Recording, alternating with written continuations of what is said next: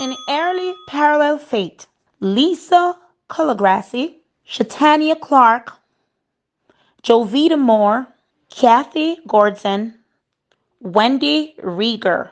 All were reporters of TV stations. All died of a brain disease. Was this coincidence or destiny? She made me better. And I love her more than life itself. My baby girl is larger than life. Thank you, thank you, thank you. Larger than life indeed. I'm Melissa Ostradok in for Ashley Fitzwater. Thank you for joining us. Many gathered in downtown Wichita Falls tonight to honor and remember KFDX anchor and reporter Shatanya Clarke, who passed away last Thursday. During her vigil, family members and community leaders celebrated her life and shared the impact she made on everyone around her. Again, we want to send our condolences to her family and our colleagues at KFDX.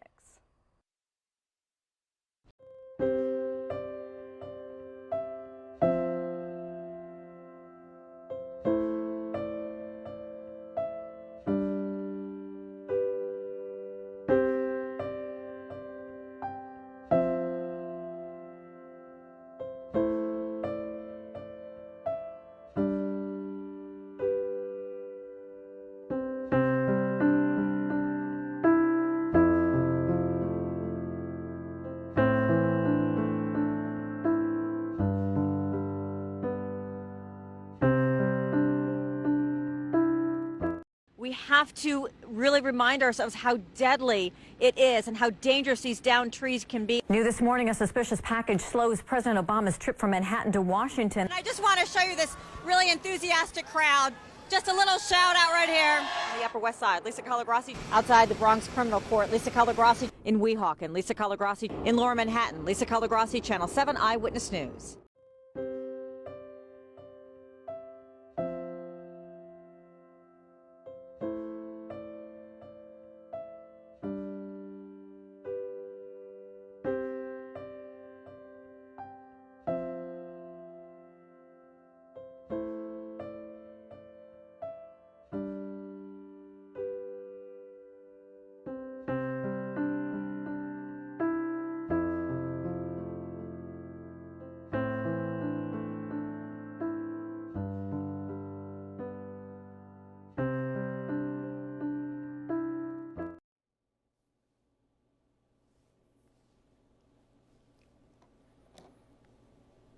Good morning. I'm Justin Farmer. I am obligated to share some news with you today that is heartbreaking. After a nearly 7-month battle with an extremely aggressive form of brain cancer, our colleague and friend, Jovita Moore, has passed away. She passed last night as she wanted, with her family by her side. She passed peacefully. Jovita is survived by her children, Shelby, Joshua, Lauren, and her mother, Yvonne. Our general manager, Ray Carter, shared this very tough news just a little while ago with our WSB family.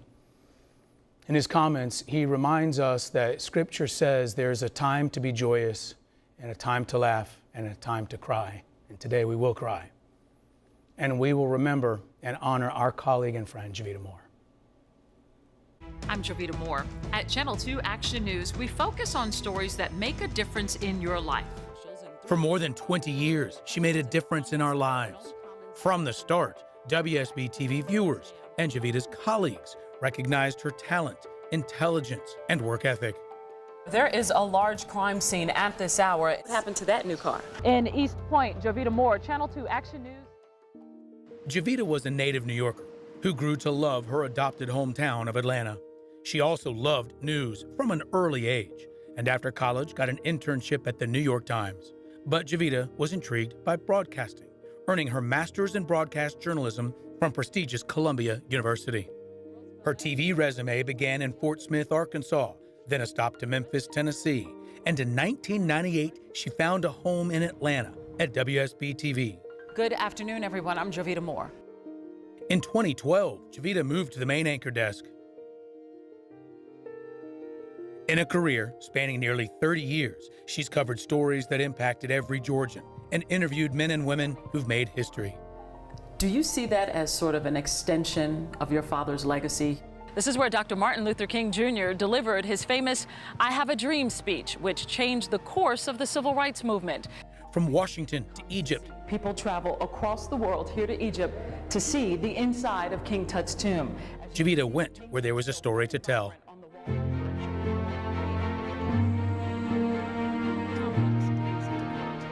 She anchored dozens of primetime specials. The subjects were at times difficult and sometimes personal. I was diagnosed with fibroids 2 years ago. When I was Back in 2000, I did a series of reports about fibroids, including a surgical procedure I underwent called myomectomy. I decided to have the surgery after unsuccessfully getting pregnant. Jovita was unafraid to tackle tough issues, even those that threatened to divide Atlanta. Will this spark new conversations within your police departments about race relations? Naturally, there were many special, very happy times on air as well. To witness the historic inauguration of President-elect Barack Obama. In many cases, our viewers felt like Jovita was their friend, or maybe a member of their family even, and they loved hers. Look at her. She's saying, Mom, what are you doing to me? As her children grew, Jovita devoted more time to community service, emceeing hundreds of events, volunteering often to help those in need. She gives of herself to our families. She comes on site. She volunteers with the family. She ensures that they know they matter. So last spring, when doctors discovered 2 tumors on her brain, Jovita wanted to share the news in hopes it might help someone else.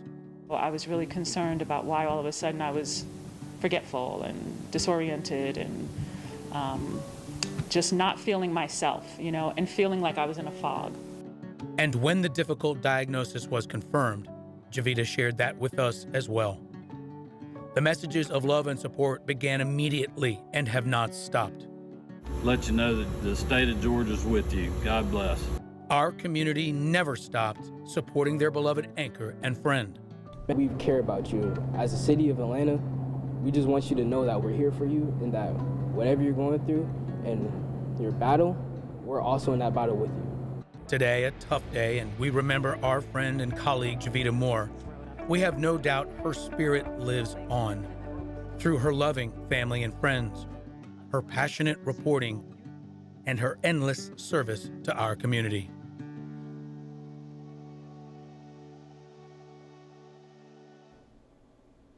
Oh, how we love our friend. There is no making sense of a tragic death such as this. It's pain. It's going to stay for a while. We pray for her children. And I'll share this with you. Jovita told me a few weeks ago when we visited in her living room, she said, "Yep, farmer, got a bad hand. Sometimes that is just life." We know how much you love Jovita, and surely we know how much that you want to share with her your feelings. We know that you'd like to offer some condolences, so we're going to let you do that, and we're going to be here with you throughout this tough time. Throughout the days ahead, we'll be paying tribute to our colleague and friend, Jovita Moore.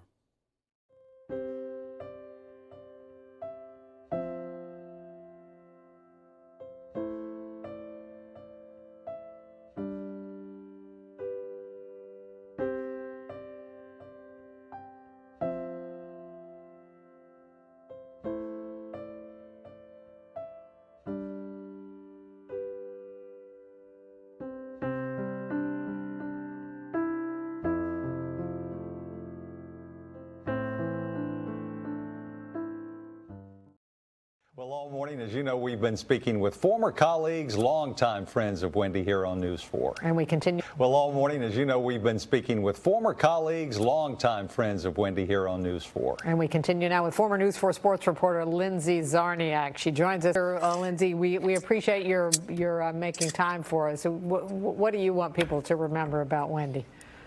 Well, thanks. It's always great to talk to you guys. Of course, I wish these were different circumstances. We are outside of church, so that's why I am in my car, so I apologize about that. But this hit us hard up here in Connecticut because she was just so wonderful. And the thing that I wanted to share most is that I don't even know that I've shared this a lot, but when I was in high school, I think, trying to figure out what I wanted to do, thinking about internships and things. I was a kid in Virginia, Northern Virginia, in Centerville. And part of the reason that I went into this business was watching the local news, watching Channel 4, watching Channel 9, just all, and the comfort that it gave me. And Wendy, I remember specifically being just really captivated, and at that point it was in college, by the way that she was so honest and so herself. And so I remember writing her a letter at the time before I needed to get an internship and saying, hey, could I come by the station and pick your brain? And I can't remember if it was a requirement for a class or why I did that, but she said, sure, come on. And I had watched a stand-up she did where she was drinking from a water bottle. And I will never forget these words because she spilled water on herself in this stand-up. And she said, drink much, Wendy? And when she did that, I remember watching it home and being like, that is so cool because that is just so real and that is so relatable. And as I've moved in my career, I think, you saw a lot of sports stuff that Wendy was doing, having fun, but I think that's what the magic of Wendy is.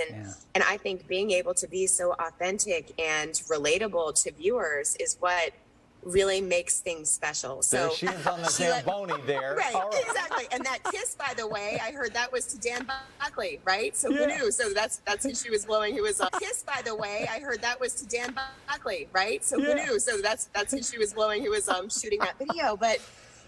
So anyway, Wendy, to wrap up that story, I'm getting ready and doing her hair and makeup, and I sat there with a tape recorder, and she was telling me the story of how, her career to that point had played out and the choices she had made. And I have that tape somewhere, but I just remember being in such awe of her. She was probably putting on Armani Red, and she was just larger than life. And I was listening to her talk about these stories of antebellum houses, and I can't even remember what the story was specifically, but she was just so great. And Melvin and I, being up here in Connecticut, there is a pot that we use to cook pasta sauce, and it's the pot that she gave us at our wedding for our wedding 10 years ago. And every time I use it, I swear I think of her because she just represented, Dorian, like you, like a strong woman that was doing what I wanted to do. And for her, taking no BS, but exactly. And the last part I'll say is just Dan is so special to me because of how close, you become with your coworkers and spending all that time driving to and from sporting events, spending time away traveling. And when I saw that, what their news was and getting together, it was like, that's just a whole other thing. I love him so much. And my heart breaks, not just for all of DC, but for him especially as well. So well put. We should make sure people know that that Lindsay's talking about Wendy's husband, Dan Buckley, who is a longtime colleague of ours, a photojournalist who we saw a quick news picture and of sports. him right there just for a moment. Yeah. Lindsay, we love that look back, and you should know, I'm sure she's told you, if not, how happy and proud she was of all your success. Yes. And when you took off, it was nice to hear how she took you under her wing in the very beginning, but she was so happy for you. And Craig, too. Give him our best, and happy Easter to both of you. I will. Well, and you know what? She would take Craig out to, they would go have drinks together sometimes. And I remember being worried because I'm like, wait a minute, what are you telling Wendy? Like, when? I will. Well, and you know what? She would take Craig out to, they would go have drinks together sometimes. And I remember being worried because I'm like, wait a minute, what are you telling Wendy? Like, what's down? And being like,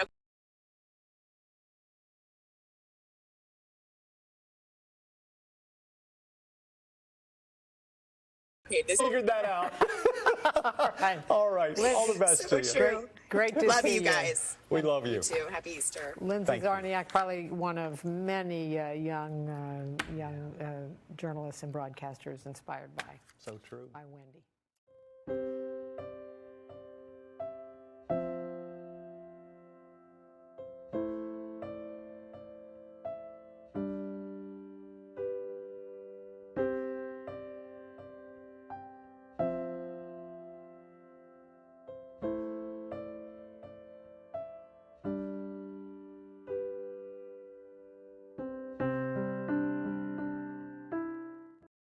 Today, Mayor Royer asked the city for 5 more. Little did I know when I came to Como Television in August of 1987 that I would be meeting one of the most important people in my life. Dan Lewis has A woman I would admire on the news set and off.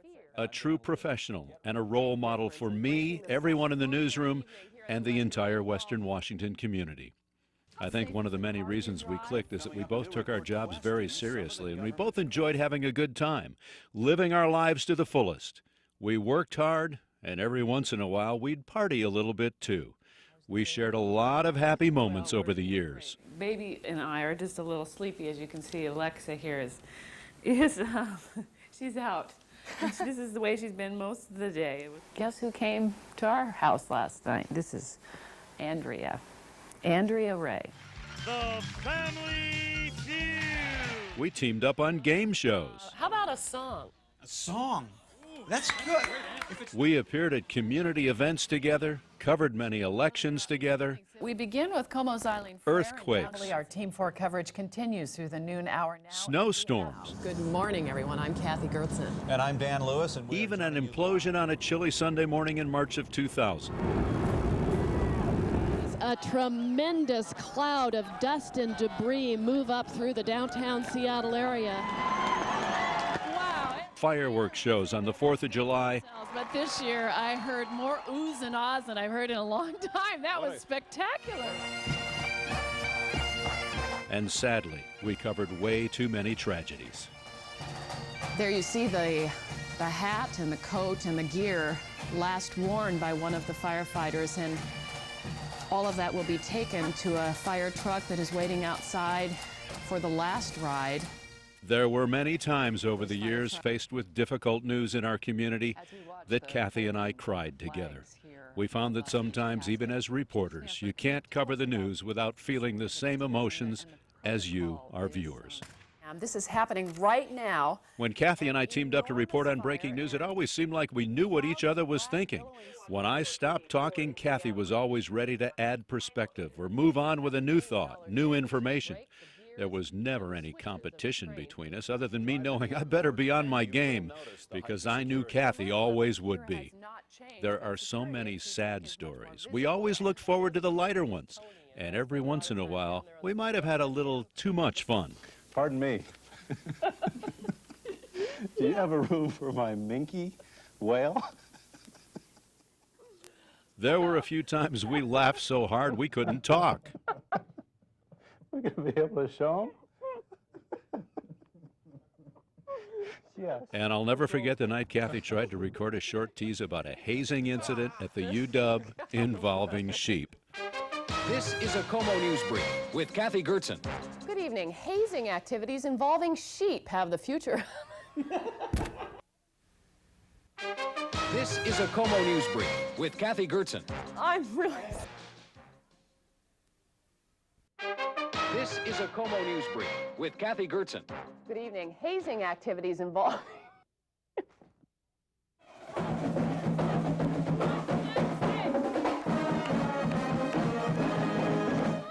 I realized early on that Kathy loved her Cougars and loved Washington State University. She sat on the University Foundation Board of Trustees.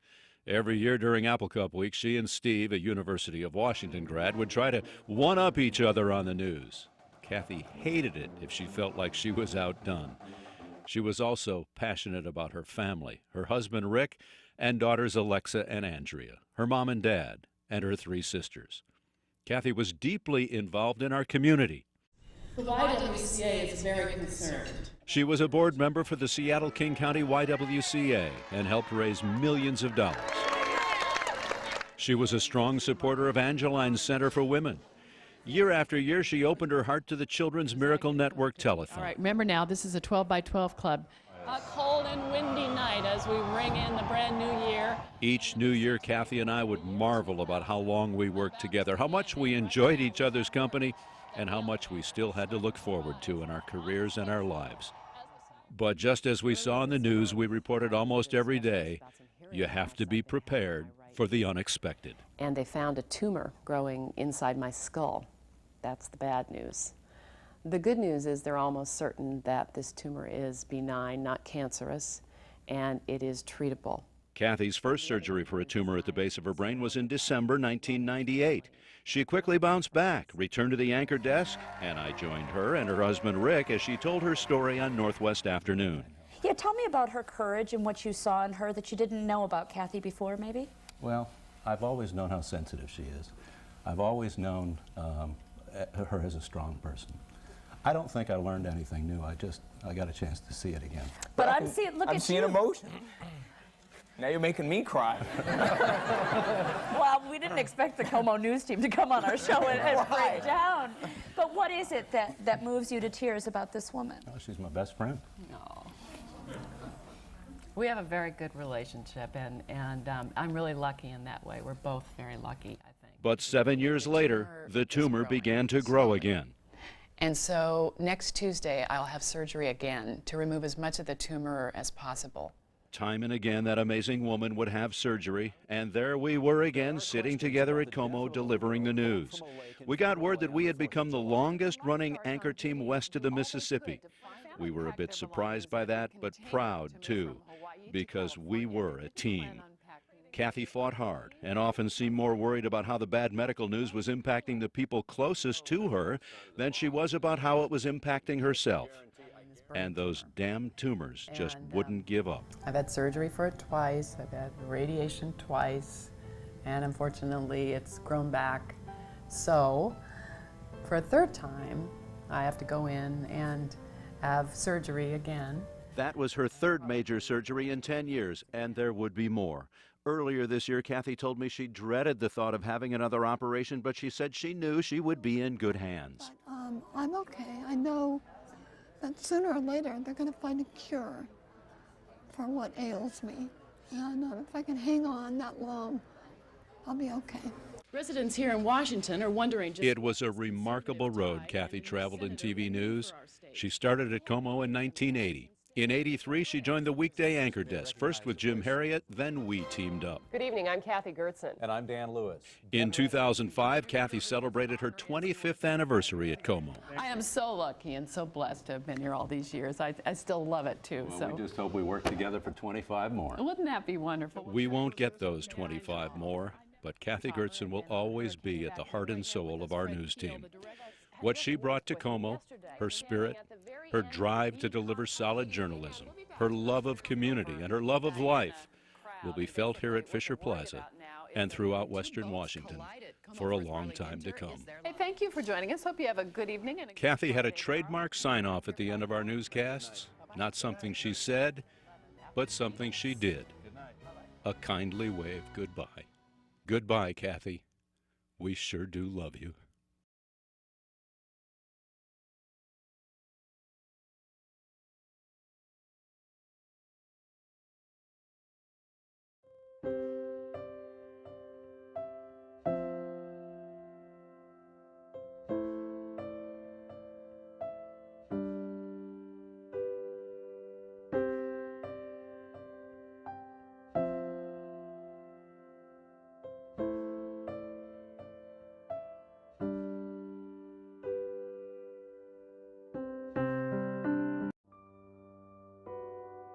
Heidi was the type of person that when she walked into a room, she lit up the entire place. She was that bubbly, that go-getter. I mean, she was awesome. She radiated beauty, internally and externally. Heidi brought joy, laughter, spunk, and plenty of sass into a newsroom on the verge of an evolution. Change forces us to face our fears and insecurity. Heidi taught us how to embrace it. Whether it was out in the field or in the newsroom, she was there, you know, joking it up, laughing it up, you know, seeing how everybody was doing, always asking you how you were doing, and just enjoyed what she did, which made you, as a person, enjoy what you're doing with her. She came here in 2006 as a photojournalist and reporter. She could truly do it all, and she showed us how. And was also the first MSJ we had that did her own work, shot her own packages, written, did everything. She was the very first. She had the work ethic, and she had the talent that she was always to succeed. She captured the quirky, the incredible, and the memorable. She was fearless. traveling to the Yukon to follow the coldest and toughest 430-mile race in the world. And vulnerable, sharing her story of discovery, meeting her biological father at age 30. She was creative, too, taking on a new project here called Metro Mix and eventually starting her own company. Mostly, Heidi was Heidi, a rare mix of talent and authenticity. Her friends and her husband were able to view life through her lens, one filled with beauty and that unforgettable laugh. She was always positive, and that's one thing I always loved about it, even when she was going through the last year of her life. I guess the positive attitude is what is unique that everybody can learn from her. She was something. If only we could all tap into our own inner Heidi, this world would be a much happier place.